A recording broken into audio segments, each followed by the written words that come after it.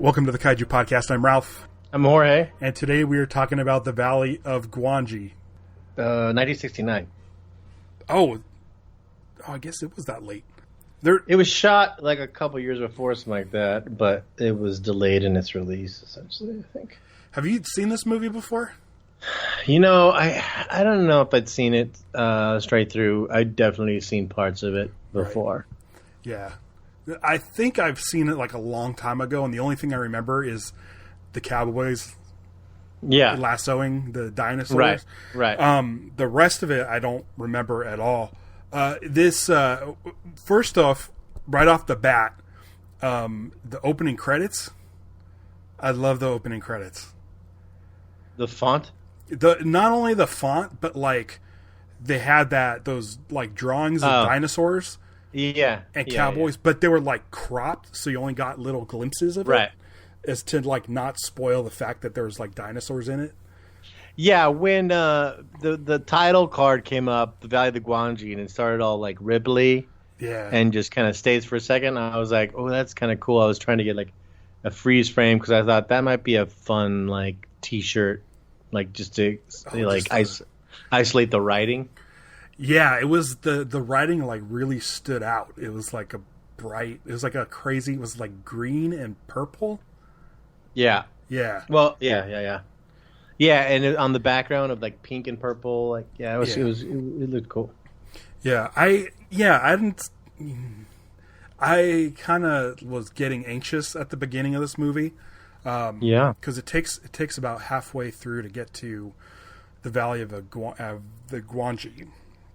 Now, with like Harryhausen movies, which this is, that's kind of usually the case. You're like, okay, like at least half hour is going to be like something crazy and chock full of action. Like we saw it with the Black Scorpion and the 20 Million Miles to Earth and the Creature from 20,000 Fathoms. I think those are the titles. But they all kind of ended at this big, huge, destructive chase. So I'm like, that's cool. But like when I was watching this, I'm like, oh, is this like cowboy stunt show rodeo thing supposed to be keeping my attention until we get to that? Because I'm not really into it. Right. Usually they sprinkle in some stuff earlier to kind of like the lighthouse scene in the the Beast from 20,000 Fathoms. Like there's like some sort of thing that keeps you interested in the monster. And like I do not like rodeos or bullfights. I don't like watching them. They make me anxious and I feel bad for the animals. Right. So I'm watching this thing and I'm like, it's making me uneasy. And this also has like, because this is a fucking Wild West show, so it's got like real like bad stereotypes and the depictions of Native Americans. It's very it's troubling to begin with. Oh, and then even before that, we get what I thought was pirates at the beginning, but they're gypsies. A dude's running for his life with a bag with some sort of like something's animal in it. I thought it was a pig. I thought it was like a cat or something, and I'm like, oh, I think it's the dinosaur, which later it's the dinosaur, or it's the horse. The horse, yeah. But I'm like, I don't feel like the movements of this thing is some sort of contraption they built. No, I think they put something in a bag. Exactly, yeah. Yeah, and I was like, is that a pig in there? And then I was like, wait, does that pig sound like a horse in there? Yeah. And then the dude was like falling and like not concerned about so I'm already anxious about the treatment of animals like frame one. Right. So they have this whole setup where this the cowboy stunt show rodeo and they bring in the diving horse. Right. And I'm like, I can't watch this. This is gonna be too much. And they stretch it out to where like the is her name AJ? She's gonna she gets CJ. Which J is it? She's and I'm like, speaking TJ, yeah. TJ. I didn't want to watch a horse jump, and thankfully, it was like a weird stop motion shot of the horse jumping off of the thing. So I was like, okay. I was like, oh no. I thought, I got scared because I thought like, oh no, the horse, they made the horse jump and it looked so bad they ended up just doing like a version with a fake horse. But they actually thought that it was too dangerous to do the horse dive that way. So they got the horse to jump off a platform onto a trampoline. And then they did the version of it that with the puppet. So I don't know exactly how high the trampoline was. Maybe it was like lower. It wasn't like like a big drop. It was just to show the horse get off the platform. Because it cuts to the thing, and I was like, oh, that's all right. That made me feel so much better immediately. Yes. But then I was also like, how'd they get the horse inside that thing now that he's all wet? Right. Because it's deep. It had to be deep enough to be, and I was like, I don't see like a ramp or a system that gets the horse in and out. And I was like, it was still probably hard on the horse. Yeah. It definitely put me at ease because there's like some bullfighting stuff in it, but it wasn't like stabbing the bulls, even though that I can't watch. It drives me nuts. So I'm glad they didn't do any of that. I'm like, if there's any bull stabbing, I'm fast forwarding. So luckily that didn't happen. I was so concerned about the animals that the depiction of Native Americans in the show, I was like, okay, that sucks, but seriously, don't hurt any of these animals. So the whole thing, it was putting me on edge. But so the actress that plays TJ, Gila Golan, she's Israeli. Did you notice that she was dubbed? I didn't. Well, no. I mean, I read it in like a trivia. Because I know her from the movie Our Man Flint. She was in the movie, the James Coburn spy movie, and she's like the lead actress in that film, and she has a very, very thick accent, and like I said, she's Israeli, I believe. They did a number on her dubbing for sure. Because I got excited when I saw her credit. I'm like, oh, I liked her because she's in that movie I like. And then, she also isn't a redhead. Her hair looked crazy. So, she's like a brunette with a Israeli accent. Okay. It took a while for me to get into the movie, but once you see the tiny horse, I was like, okay, this is the thing we're getting. Yeah. Before we get to see all the dinosaurs. I love that tiny horse. Yeah, me too. I thought, I'm not like, I don't know. Like, I feel like they could have done a split screen with the regular size horse. Uh-huh. And I know this was supposed to be like a sort of prehistoric horse. Right. But it still had the hooves on it. I assumed it was going to have the 3 toes, like the dude mentioned earlier in the movie. It does. Does it have the 3 toes? I was trying to look at it. I thought it just had the hooves. I mean, it's little. It's hard to know. But, yeah, it's like it's basically got, like almost like a bird feet without claws kind of thing. His little tiny barn with the little tiny horse pen around it. It's basically like it's basically like a hoof with 3 sections in it.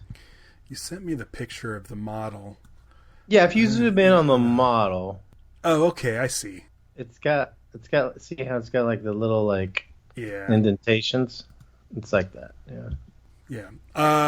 I liked it. I liked the little horse. I liked his little setup that she made for him. It's much better than being in a burlap sack with the little, but like it wasn't enough to get me like fired up, because it was just kind of the one scene with the tiny horse. I just wanted to see dinosaurs. Yeah. But I feel like I can tell, like with the movie, like a lot of it felt like filler, but you can kind of tell, like once they started heading towards the valley, you knew that from that point on it was going to be like a lot going on, and we were like halfway through the movie. So it was kind of like a King Kong movie in a sense, where you know you have the sort of travel to Skull Island. You know, you have kind of a while to go, but once you get there, you know it's going to be a lot of fun. I really don't have any notes other than up until that point, just the tiny horse. Well, when I was looking at like stuff about it, there was apparently they had this idea. I gotta find that information.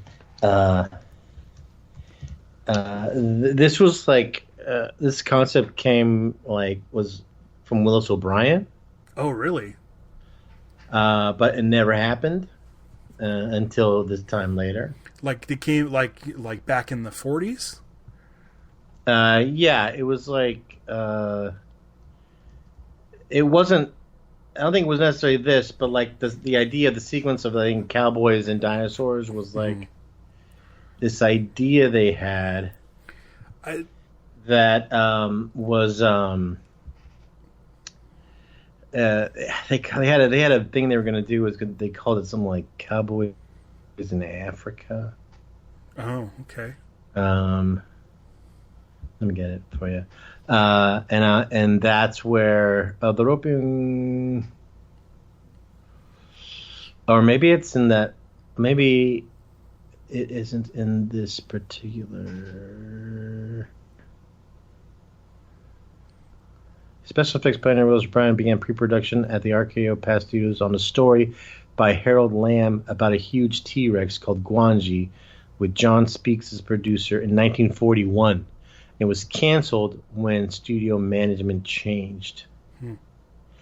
But they were working on sequences of cowboys roping animals, and it was a thing that ended up basically being adopted into Son of Kong. Oh. Okay. I liked the idea of just like the imagery of cowboys and dinosaurs.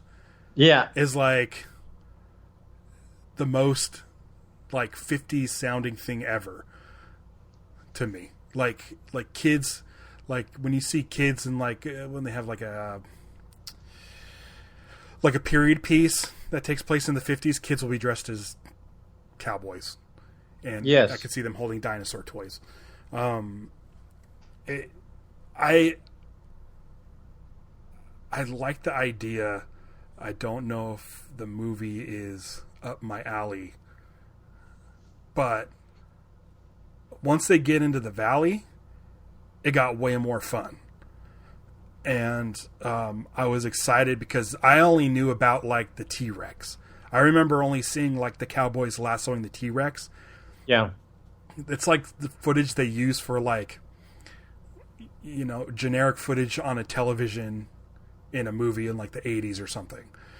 Like it's just like they need to put something science fiction-y on a TV in a movie, so it's like this is the thing you put in is the cowboys and the T-Rex. But our first attack is a purple pterodactyl. Yeah. And that caught me off guard, and I was very excited because I'm like, this valley is hidden from the rest of the world. The last thing you expect is something that would be able to like fly over the valley into the, you know, into the rest of the world. Oh, hang on. Correction. Right. The black and white version of Cowboys in Africa footage was shot and wound up being used in Mighty Joe Young. Oh. I don't remember that.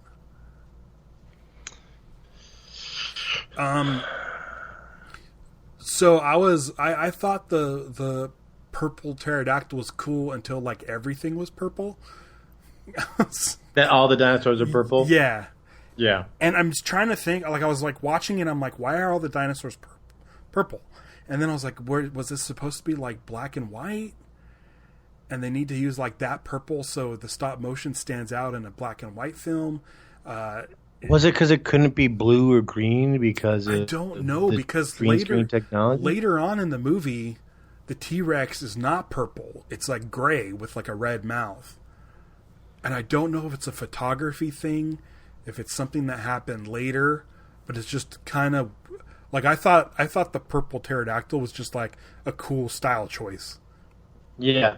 But then everything was purple, and then I was like, "Oh, is this like a special area where this kind of dinosaur evolved? Were they all the same color?" It didn't really make sense to me. I didn't care for the purple other stuff because it just made it look sort of fake. I mean, I feel like a lot of the comp shots work really well. Like the way the live action is integrated with stop motion. Yeah, I had when the eohippus, is that what it is, got loose. Mm-hmm. He was like running around where the rocks were. They didn't give him a shadow. Okay. Which really kind of made it look like it was in a way not really in the space.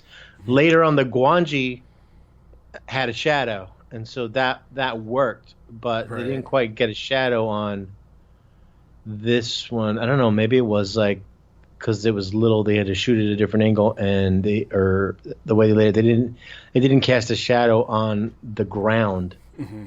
And so I was like, this kind of looks like it's just on a different plane. Yeah, a little more obvious. Yeah, the pterodactyl was awesome, but then they had a big one. They had a big one. Then they had to wrestle with the big puppet, but they also had like the claws, that were clearly hanging from like a crane or something. Yeah, I think they really grabbed that kid and hung him off of those claws. Yeah, poor Lope. Yeah, hanging from the claws. Oh man, that whole sequence was awesome, and I didn't mind the harming of the like. He's like trying to break the neck of the pterodactyl, and the pterodactyl keeps like resisting and pushing him off. And I'm like, oh man, is he going to do it? He's going to do it. They're all standing around with guns, but that's okay. But that whole puppet looks so cool. Yeah, I don't even think it's a puppet. I think it's it's like a rubber giant pterodactyl, and all the life the pterodactyl is doing, like there's puppeteers that are moving the wings, but he's got to put all the life in the thing. It's kind of like when you see someone fake wrestle a snake. Yeah. And he's just doing it with the big giant pteranodon. Yeah. And it's just like yanking, and then he finally like breaks the neck on it.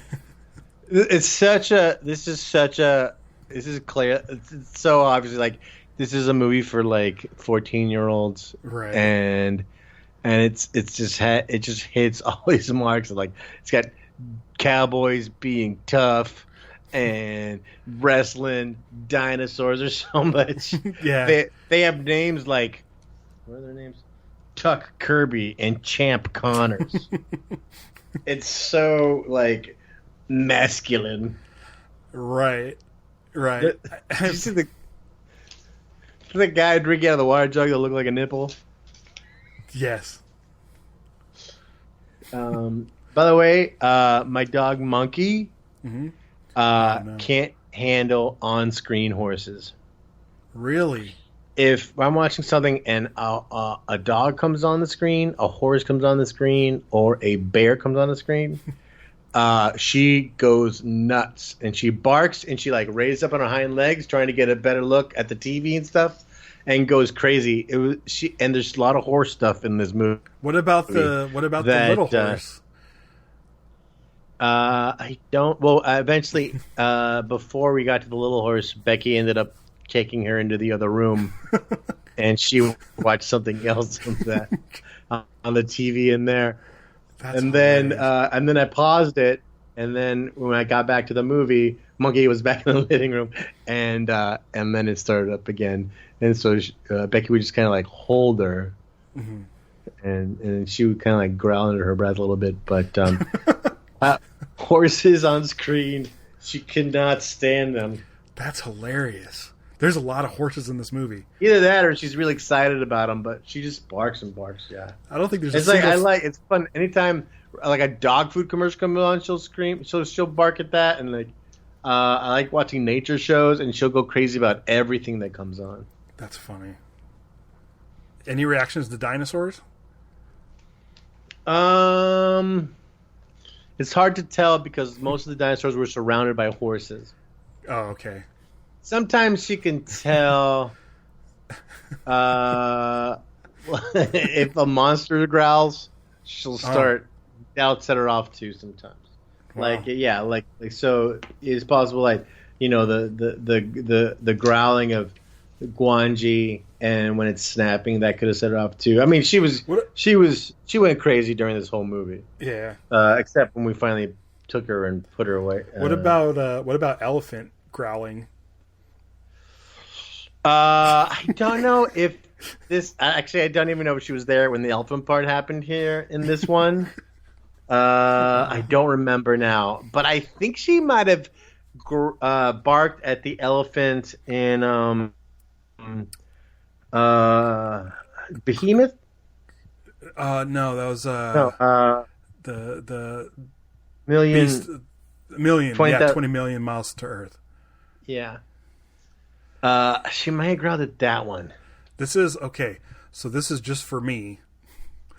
I put in my notes, pull the elephant sound at 1 hour and 19 minutes because that elephant sound was hilarious, and I want that to be the screonk at the beginning of this episode. That's great. Where it's just like it's obviously a guy going, hey, hey. One thing I liked is before I knew that the horse was going to dive into the water, that we passed under a sign that says Caballo Volador, which means flying horse, and I was like, that's weird. Why would it say that? And then finally, when you see the dive, I was like, oh, okay. I saw the setup with the barrel and the ramp, and I'm like, oh, they're going to have somebody that does the high dive into the barrel trick. And I'm like, why do they need such an elaborate ramp? Why don't they just have a ladder? And then it occurred to me as soon as the horse came out, oh shit, okay. And I got super anxious because at that point we had already seen all kinds of stuff that was questionable for the animal safety. The dinosaurs are all kind of your basic dinosaur. There's nothing like anything too crazy. They're all like T-Rexes and pterodactyls, and then they're definitely in the top. They're the showbiz dinosaur, right? They're like the best sellers. Technically, Gwangi is supposed to be, I think, an Allosaurus. Although they said that, I think it was originally like Willis O'Brien had called all these things an Allosaurus. Okay. They said like Gwangi is described in O'Brien's original script as an Allosaurus, although O'Brien apparently didn't draw much distinction between Allosaurus and a T-Rex, as he also referred to the T-Rex in the original King Kong as an Allosaur. Huh. Yeah, and the other one, it wasn't a T-Rex. It's not a Triceratops. It's that's what I meant, Triceratops. It's that other one with the really cool spiky fringe. I don't remember what it's called. I like the dinosaurs fighting each other. Yeah, that was a hairy fight. Yeah, and blood, which is fun. Which is always fun. Styracosaurus. There you go. I was like, it made me want to see a remake of this. Yeah, like not so much the rodeo stuff, but I mean, I'm watching it and I'm like, since the 60s and maybe like some of the 70s, they're really Jurassic Park is like the only like movie about dinosaurs. Like Peter Jackson's Kong had dinosaurs in it, and there's a lot of dinosaurs in it, but there's never a movie where it's just like about dinosaurs. And you would think with Jurassic Park making the money, and they're making there's another one coming out, like you would think there would be some sort of a, like Warner Brothers being like, do we have any dinosaur properties? And we're like, well, we have this Gwangi movie. You know what I mean? Like, I feel like I would like to see an updated version of this, because you can have like more dinosaurs and cool dinosaurs. And even though I wasn't a big fan of the purple, I did like that it kind of made them feel more like fantasy dinosaurs. Yeah. Like they obviously weren't like realistic dinosaurs. Like they weren't, scientifically accurate. But I think like it would be fun to see a movie with like old school dinosaur drawing dinosaurs. Yeah. And I don't know if they would make that now. But you'd have to set it up with the have it take place during cowboy times, so it has that stylized look of like a I don't know. I want more. Yeah. I think I want more dinosaur movies, and I don't think in the movies we've watched with dinosaurs in them, I don't think I've found any of them terribly satisfactory. As far as the movies themselves. Yeah. Like I don't. Yeah, it's just the dinosaur sequences are good, but the movie around it isn't enough to make you want to watch it over and over again. Kind of thing. Right, and I agree. And I feel like I want like one of the coolest scenes is the rodeo, or not the rodeo, when they're lassoing the T-Rex. Yeah, like it's cool. Like it's shot well. It's a long segment. They keep dropping the rope and other people picking it up. Yeah, the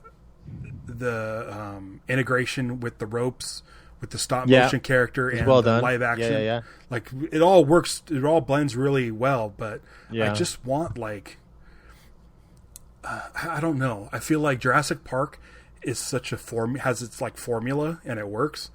I want counter programming for dinosaur movies, and I don't know what it is. I don't want to go as far as to say like Caveman. Like I would still want it to be like a fun adventure, but I don't need to. I need it to be something like another action movie. Like if you had like Indiana Jones versus dinosaurs, like that could be a lot of fun. And but I just feel like I don't know. I wish there was some way that we can distance from Jurassic Park where we can get period piece weird. Dinosaur movie. Yeah. Or even like a World War II dinosaur movie. Make the dinosaurs look like the drawings from like that era. Oh, so you're saying so you're requesting this is not just the fact that it's specifically that you want the dinosaurs to look old school. Right. So you set the movie in a period of time. Basically you want to make a movie from 40 years ago. Right. You want basically to make a 40-year-old movie today. I want it to look like a pulp novel cover.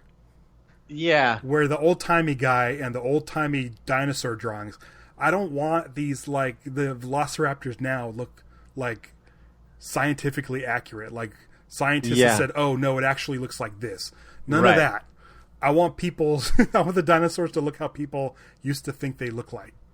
I want the T-Rex to be upright with the giant head. In modern CGI. Yeah. I mean, if you want, I mean, I'd be fine with stop motion. I feel like, like when you go on the Disneyland train, I want to see those dinosaurs in a movie come to life. Yeah. Yeah.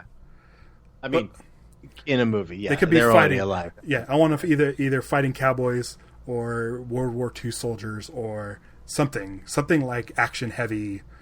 Jungle, palm trees, and dinosaurs.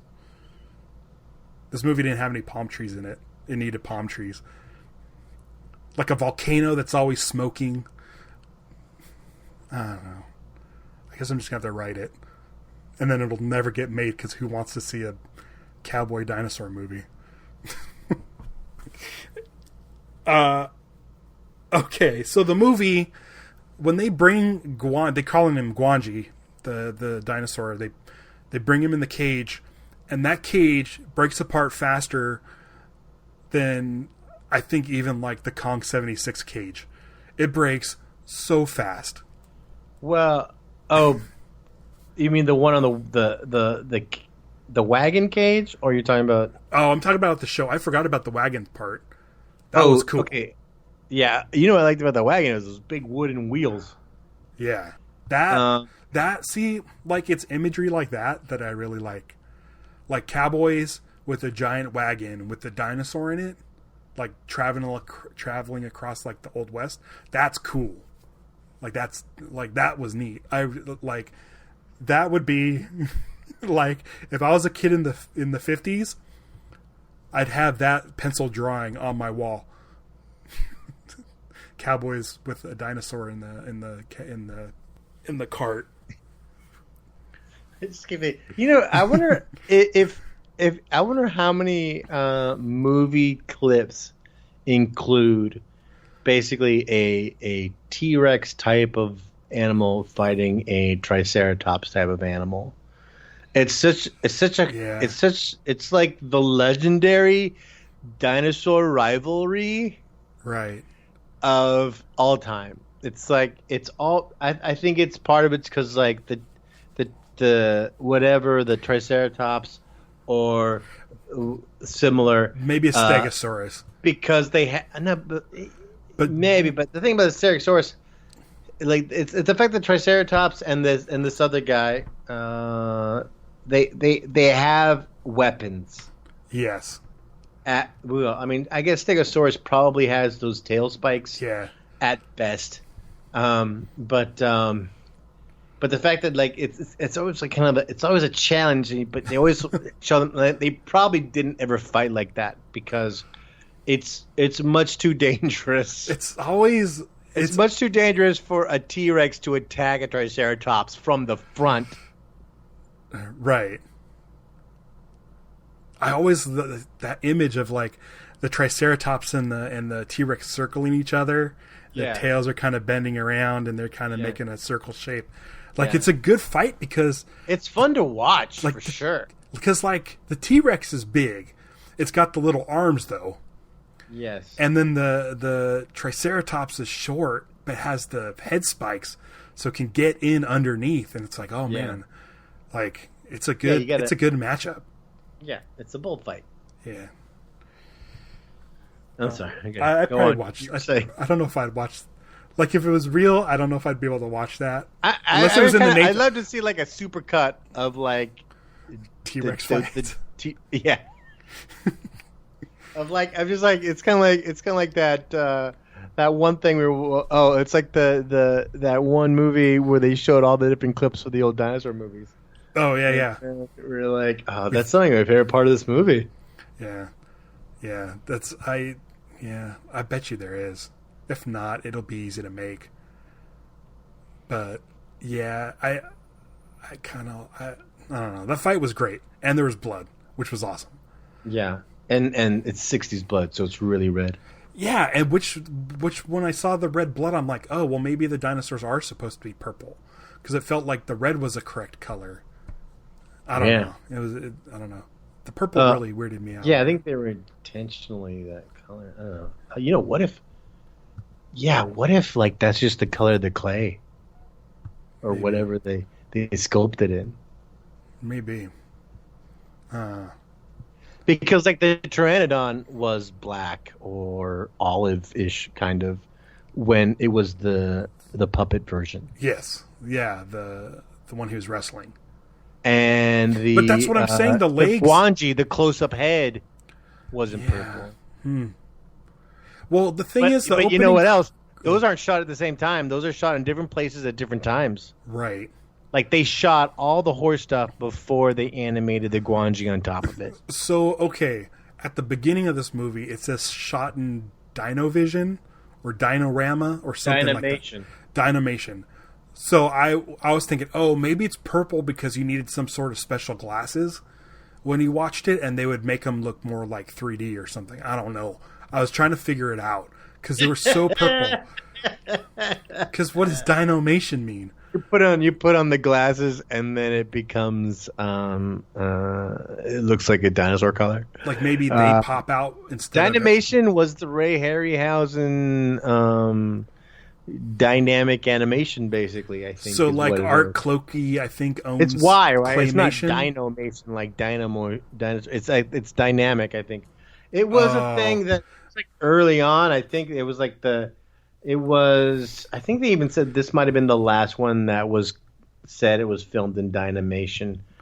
I thought it meant dinosaurs. No, I think it's with a Y. Is it? I'll take your word for it.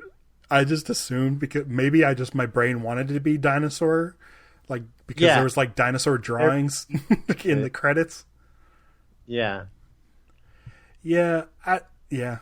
So the cage breaks and Gwangi gets out. So I'm like super excited. The cage.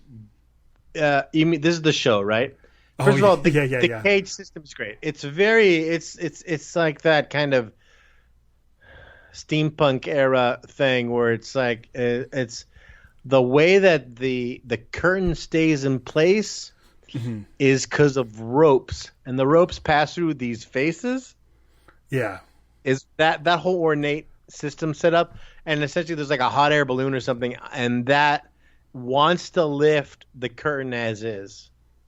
Now the reason the cage was so easy to get out of though was because that guy who was friends with the blind lady was unscrewing all the stuff that was holding the cage together. The little guy?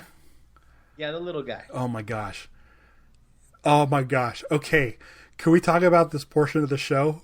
Let's say you're an audience member and you hear that they have some sort of monster and they're going to show it at the show. And you're sitting in the audience and the curtain lifts and the monster is eating a dude. He's got a guy in his mouth. Yeah. I'm out of there. Immediately. Because either A, it was an accident, or B, this is what they're feeding the monster. We weren't meant to see it. Or if this is the show, either way, right. Right. That was a surprise, and I really enjoyed that. I thought that was fun, because you see the little stop motion-y guy in there. Yeah, and now he's like, the guy's like, raise the curtain, and I just, oh, shoot, put the curtain down. It was too late. The damage was done. But when the dinosaur gets out, they're calling him Gwangi. When Gwangi gets out, gets some pretty good panic. I like seeing all the people filing out. Small doorways that a lot of people have to cram through. Yeah. And then the gypsy woman, do you think she dies? Seems like she gets trampled. Yeah, she gets spun around. She gets knocked down. And I don't know if she is supposed to be a bad guy. She's not really. It seems like it's weird that she would get her. I wouldn't say she's bad. She's in. It's curious. There's like a lot of like mocking her, and because she worships Gwangi. Yeah. And that Gwangi is going to bring a curse upon them and stuff, and so she's. And so in a sense, that is why she has the little guy go and release the Gwangi. Yeah. For her. She seems kind of like a good guy, though. I mean. She's like the one that basically is trying to tell people to leave it alone. Right. And no one pays attention because everyone's all caught up in their greed. Right. I feel like she shouldn't be able to have to meet her demise in the movie. I think everybody else who caught this thing deserves it. But I think she got caught up in the panic, and she's blind. Yeah. She's got a cloudy eye and an eye patch. Right. So, like, she had, like, one eye, and then that eye wasn't even good. No. The crowd spills out in the streets. That's a lot of fun. That's some good panic. I liked watching the people kind of... There's some people in, like... They had all the people running in the streets, and then they had some like people on horse and wagons like running through at the same time too. Yeah, it was a lot of fun. The wagon with like the hay in it and stuff. Yeah, that was cool. And then everyone starts piling into the church. Right.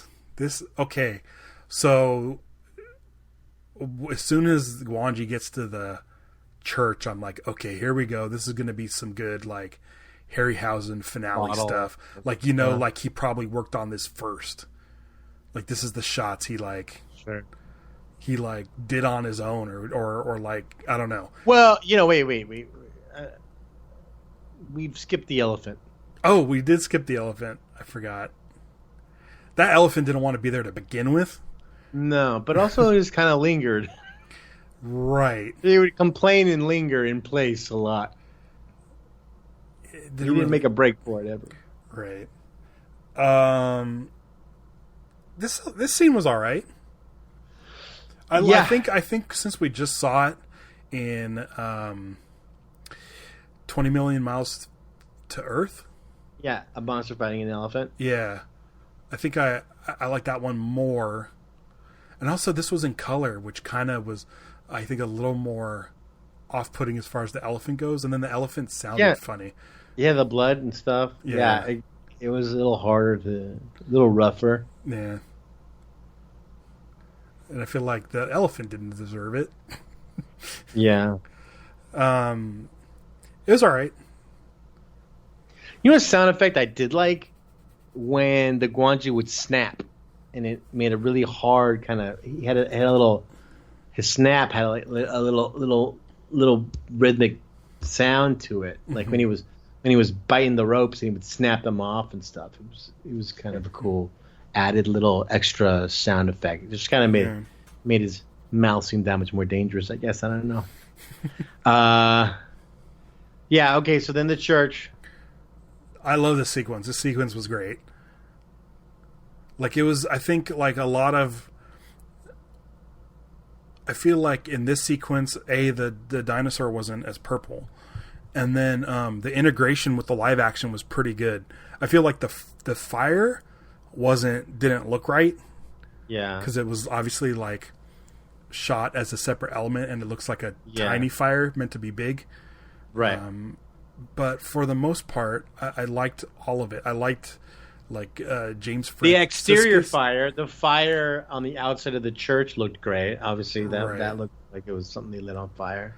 And then the crumbling, the outside crumbling, it looked pretty good too. Yeah, there was so much time spent on the Gwangi shrieking in fire, though. It was so long. The Gwangi burning to death, and like, oh, finally he gets crushed, and I think that might have put him out of his misery.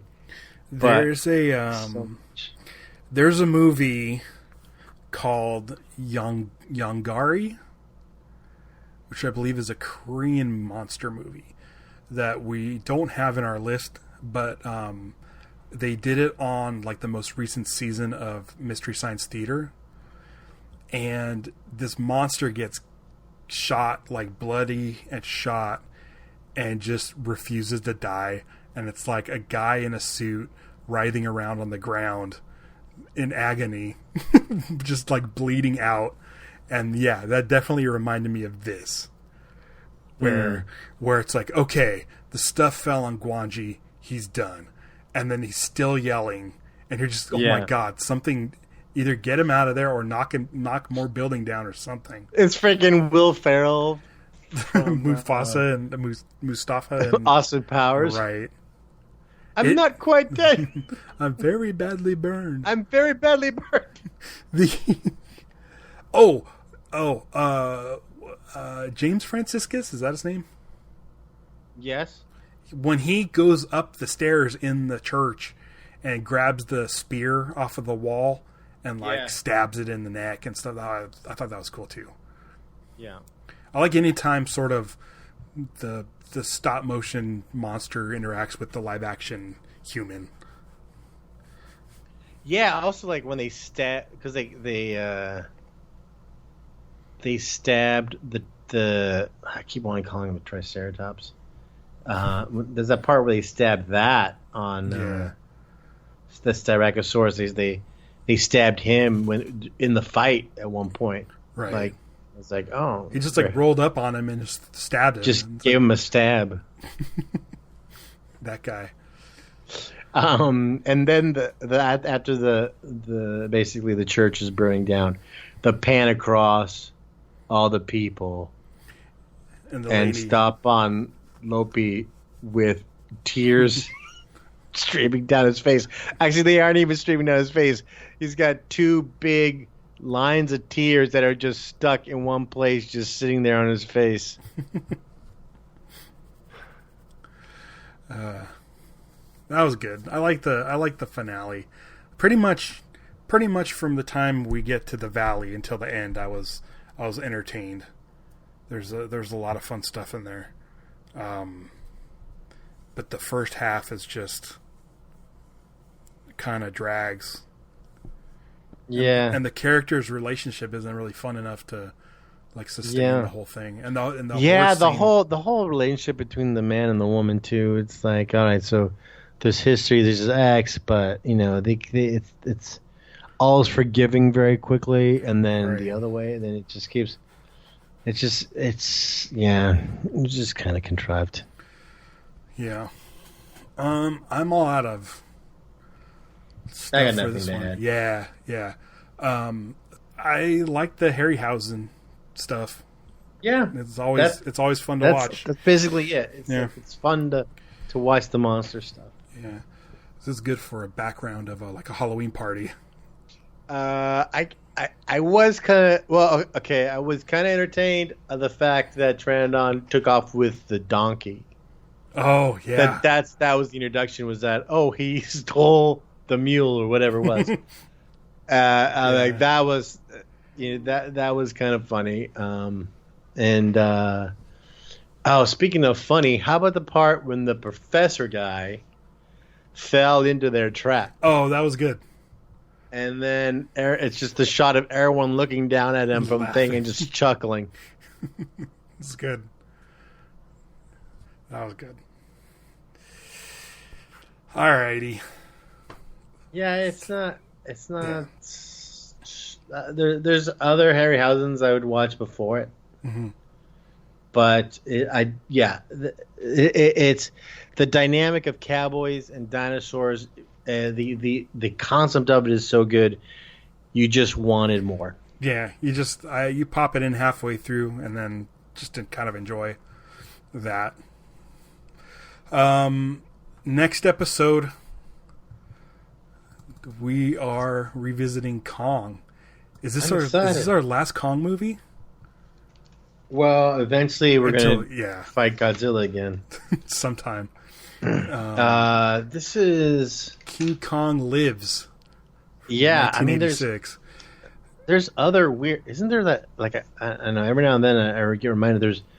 Is that ape movie? Is that a giant ape or is that? I think it's a giant. The one that flips off the helicopter. Yeah, the one where he flips the middle finger. Yeah.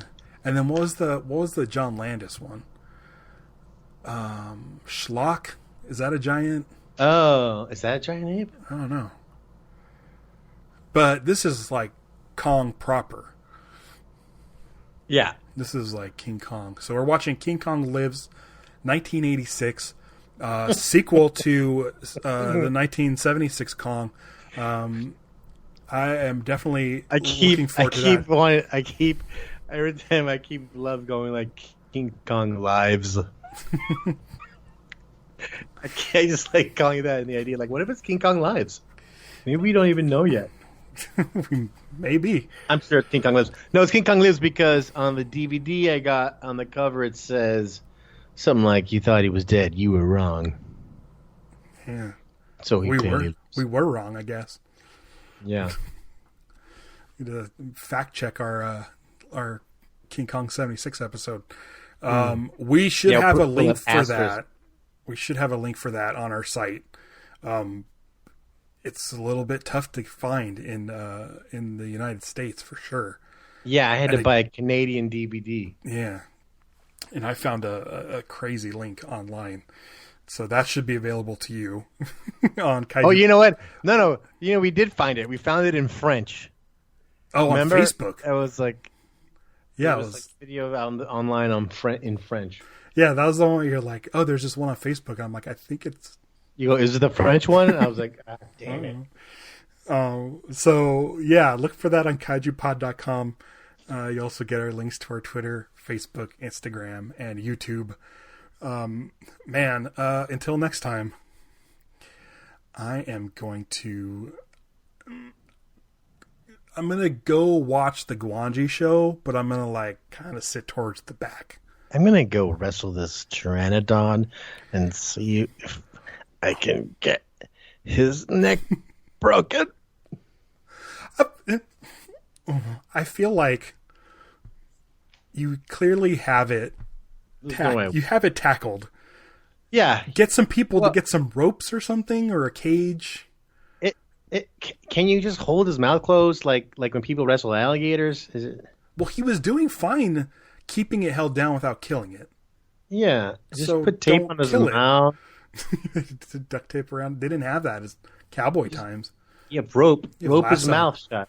Yeah, take that back with you. Rope his mouth shut. Because that's how they caught the Gwangi.